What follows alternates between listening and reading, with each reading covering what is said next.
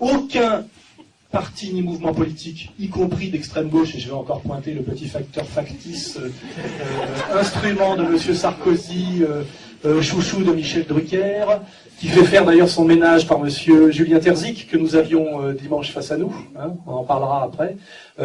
Aucun parti d'extrême gauche, et d'ailleurs même d'extrême droite, ne remet en cause cette question fondamentale, c'est que depuis 1974 en France, mais depuis 1912 aux États-Unis, le pouvoir régalien d'un État qui est de battre monnaie et de se prêter à lui-même à taux zéro pour pouvoir faire des investissements productifs, qui est la condition de l'État-providence, d'une politique réellement sociale de partage, personne ne remet en cause cette chose-là qui est le fondement même d'un virage à gauche en politique.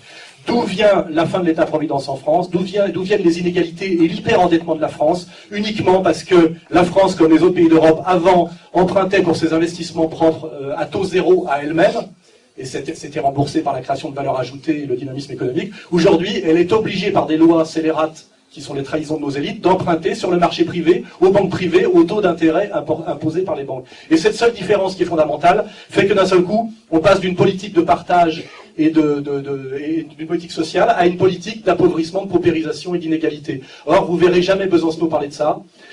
Kennedy a essayé d'en parler à un moment donné. 3 mois après, il était mort. Vous voyez ? Hein, c'est pareil, sur Internet, vous trouvez tout ça, des vidéos sur l'argent dette, des vidéos sur l'histoire de la privatisation de la réserve fédérale américaine.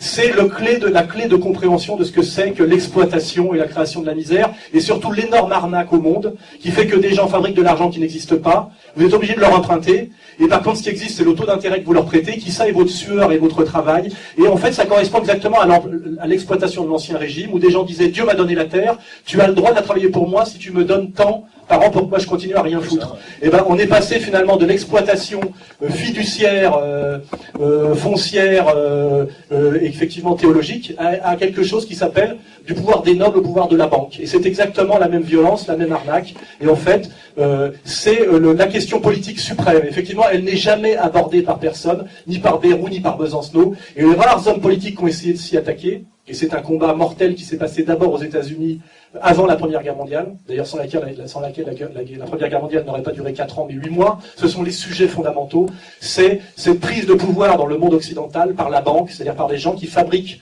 quelque chose qui n'existait pas, qui est du papier-monnaie, mais qui ont le droit, qui est un privilège politique qu'ils se sont donné eux-mêmes, de racketter la terre entière par le taux de profit.